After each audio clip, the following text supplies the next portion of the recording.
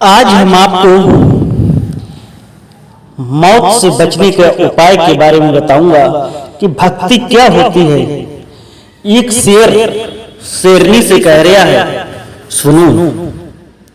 शेरनी बोली शेर से, हे मेरे स्वामी जी, मुझे ये बताओ दुनिया में सबसे बड़ा धर्म क्या है, सबसे बड़ा दान क्या है, सबसे बड़ी शक्ति क्या है जो पति के प्राण बचा सके। शेर कह रहा है अपनी पत्नी शेरनी से, आप ध्यान से सुनो, मैं आपको एक कहानी सुनाऊंगा, उसके माध्यम से बताऊंगा धर्म क्या है, दान क्या है, शक्ति क्या है। एक समय की बात है, जो शेर शेरनी थे वो हिमालय पर्वत पे जंगल में रहा करते थे। वहां एक मंदिर था भगवान शिव का, वहां रोज वो पूजा पाठ करने जाते थे। कहते हैं शक्ति में भक्ति होती है, मृत्यु आने पर भी भक्ति मौत से बचा देती है, इसे कहते हैं भक्ति। अगर आप मेरे चैनल पर नए हो तो चैनल को सब्सक्राइब करें। हाथ जोड़कर निवेदन है, वीडियो को पूरा देखें, नहीं तो आपको समझ में नहीं आएगी। गारंटी से कह रहा हूं, अगर आपने इसका पालन कर लिया तो आप मौत से बच जाएंगे। लगा तो यही है कि आज आना है, जो इस संसार में आया है उसे जाना तो पड़ेगा। ये मृत्यु लोक है, लेकिन आपकी मृत्यु टल सकती है। बड़ी से बड़ी घटना छोटी घटना में तब्दील हो जाएंगी। शेर कह रहा है शेरनी से, अब ध्यान से सुनो, मैं आपको एक कहानी सुनाने जा रहा हूं। एक नगर था, ऊधम सिंह नगर था। ऊधम सिंह नगर में एक बहुत बड़ा सेठ रहता था, बहुत बड़ा सेठ रहता था। सेठ का इकलौता पुत्र था, उस पुत्र का नाम था धर्म सिंह। उस पुत्र का नाम था धर्म सिंह। धर्म सिंह अपने पिताजी का लाडला बेटा था, इकलौता था। जो भी जिद करता था उसके पिता सेठ जी उसे वही वस्तु दिलवा देते थे। बेटा बोला धर्म कि पिताजी मुझे एक घोड़ा चाहिए। पिताजी ने कहा, बेटा अभी आपकी खेलने कूदने की उम्र है, आप घोड़ा क्या करोगे, आप ऐसे ही रहो। नहीं बेटा, कह रहे मुझे पिताजी घोड़ा चाहिए। पिताजी ने उसे अपने बेटे को घोड़ा दे दिया। बेटा रोज घोड़े से घूमता है और अपने आप को गौरवान्वित महसूस करता है। एक समय धीरे धीरे बड़ा हो गया, उसकी शादी भी हो गई, उसकी पत्नी भी रहने लगी। आराम से उसका जीवन यापन चल रहा है। जब वो घोड़ा लेकर निकला, ऐसी जगह पर पहुंच गया, दूर दूर तक वहां पर पानी की व्यवस्था नहीं थी। बहुत दूर से जलाशय की व्यवस्था नहीं थी। और वहां पर देखता है एक गरीब बेचारा व्यक्ति होता है, वो मटके में पानी राही गुरु को पिलाता है। जब ये बात देखी कि देखा कि उस प्याऊ पर लंबी लंबी कतारें लगी हैं, लंबी लंबी लाइनें लगी हैं पानी पीने के लिए, क्योंकि वहां से दूर दूर तक कोई पानी का साधन नहीं था, जलाशय का साधन नहीं था। तब उस धर्म बेटा ने देखा कि बहुत लोग यहाँ पर पानी पीते हैं, इस गरीब को दुआ देते हैं। बेटा आप अमर हो जाओ, आप बहुत अच्छा काम कर रहे हो, आपकी दिन दुगनी रात चौगुनी तरक्की हो। जब धर्म ने ये बात सोची कि इससे तो बहुत सारा आशीर्वाद मिल रहा है लोगों का, बहुत ही दुआ मिल रही है, क्यों ना मुझे भी ये प्याऊ लगाना चाहिए। उसके मन में ख्याल आया। वो वहां से चला अपने पिता के पास, पिता से बोला, पिताजी मुझे एक प्याऊ लगवाना है, आप मुझे मटकों की व्यवस्था कीजिए। पिताजी बोले, प्याऊ लगवाना है तो लगवा लीजिए, वहां एक नौकर रख देंगे, वो पानी पिलाता रहेगा। बेटा बोला धर्म कि पिताजी नहीं, वहां पानी नौकर नहीं पिलाएगा, पानी मैं खुद पिलाऊंगा। जब ये बात सेठ जी ने सुनी, कहा बेटा जैसी आपकी इच्छा। बेटे ने एक प्याऊ लगा लिया ऐसी जगह पे जहां दूर दूर तक पानी नहीं था। जलाशय की व्यवस्था कर दी, मटकों की व्यवस्था कर दी, ठंडा पानी मिलने लगा और स्वयं रोजाना जाता था और पिलाता था। शाम को अपने घर पर आता था, राहगीरों को पानी पिलाता था। लोगों की अच्छी अच्छी दुआएं निकलती थी, बेटा तुम अमर हो जाओ, बेटा तुम खुश रहो, बहुत अच्छा काम कर रहे हो।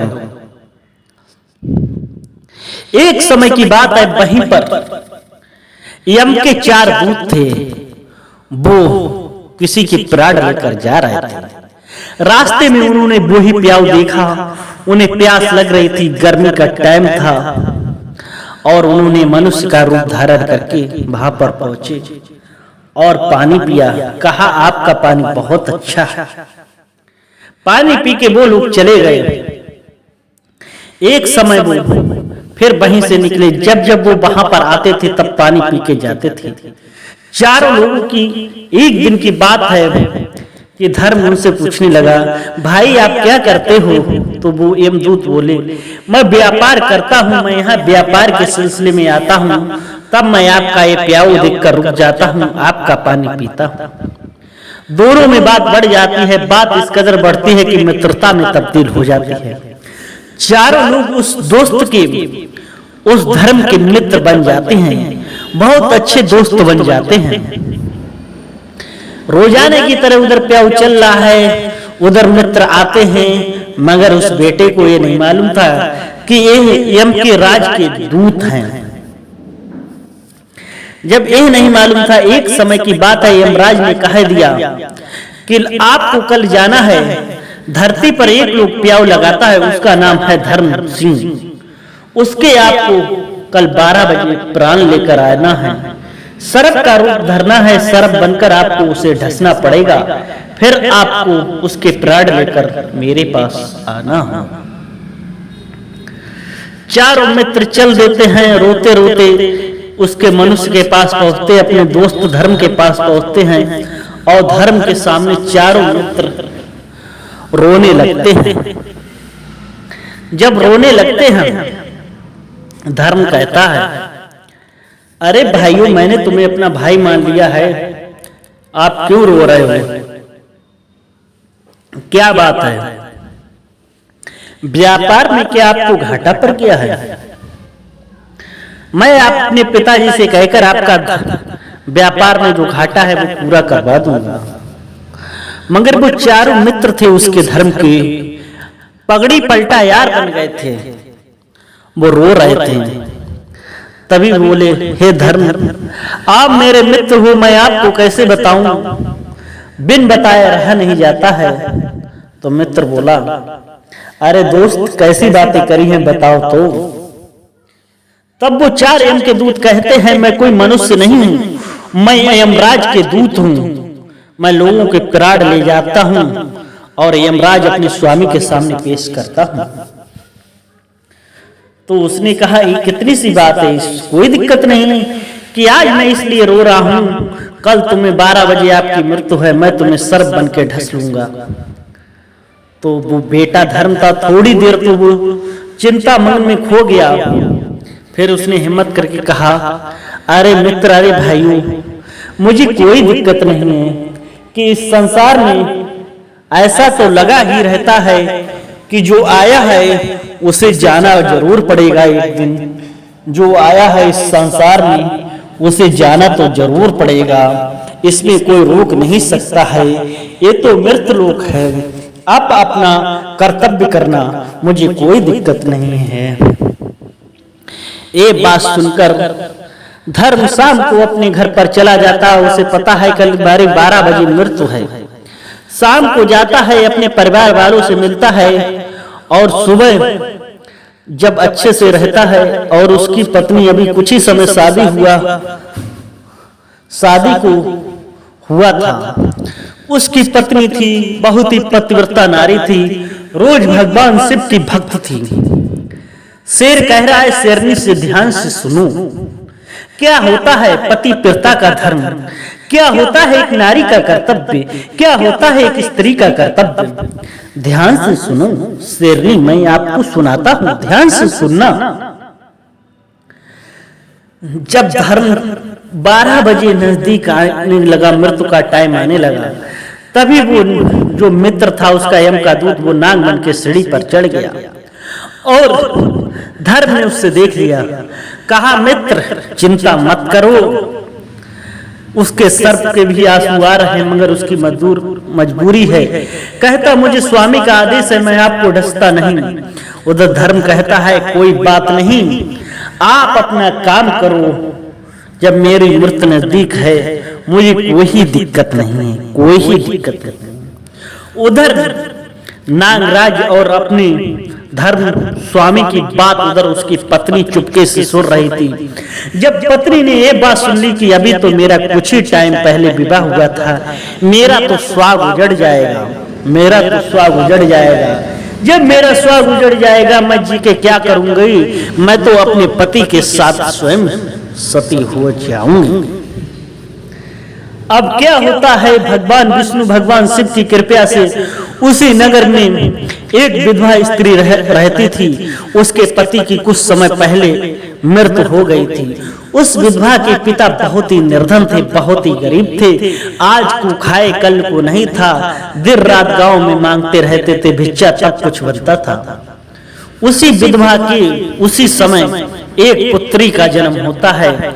जब पुत्री का जन्म होता है, अब पुत्री के जन्म होने के बाद में उस बिचारी माँ को इतनी तेज प्रसव होने के बाद में इतनी तेज भूख लगती है कि प्रसव के बाद बहुत तेज भूख लगती है और अपने पिताजी से कहती है निर्धन पिताजी से, पिताजी मुझे खाने के लिए कुछ दो, नहीं तो मैं मर जाऊंगी। तो पिताजी कहते हैं बेटा हर के पास तो कुछ नहीं है। तभी वो कहती है उनकी लड़की की बेटी कहती पिता से अगर आपने मुझे कुछ खाने को नहीं दिया तो मैंने जिस बच्चा को जन्म दिया है, जिस बेटी को जन्म दिया है, मैं उसी को खा जाऊंगा। जब ये बात सुनकर निर्धन पिता चल देता है। उसका रोजाना का नगर में काम था भोजन मांगना, मगर जो प्रतिदिन वही काम करता था भोजन मांगता था, उसे किसी ने भोजन नहीं दिया। उधर बिचारी वो तड़प रही है भूख से, उसे किसी ने भोजन नहीं दिया।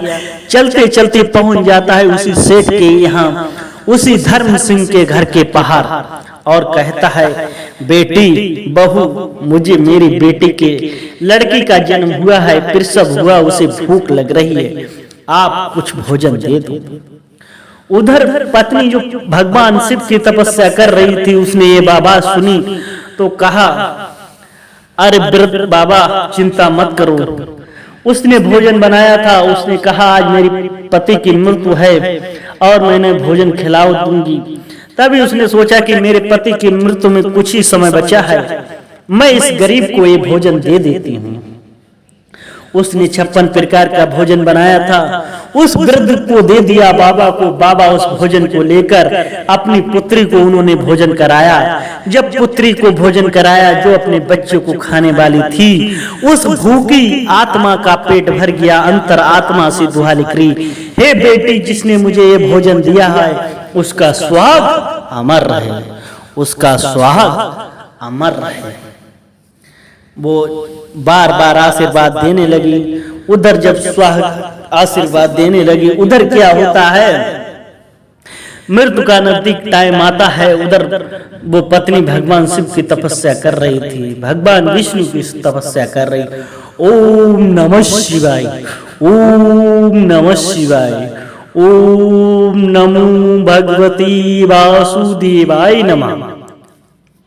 वो लगातार जब तपस्या कर रही थी, उधर भगवान विष्णु का सिंहासन हिलता है कि आज मेरा भक्त कौन सा मुसीबत में है, कौन सा संकट में है। तब उन्होंने नारद जी को बुलाया, नारद जी देख के आओ मेरे भक्त कौन सा संकट में है। जब नारद जी ने जब अपनी मन की गति से पहुंचे और देखा कि एक पतिव्रता स्त्री अपने स्वास्थ्य के लिए भीख मांग रही है। उधर क्या होता है, एक भूखे की दुआ लग रही है, वो अपना बच्चा खाने वाली थी, उसने कह दिया सुहाग अमर रहे। सारा विस्तार देखकर नारद जी ने विष्णु भगवान को बता दिया।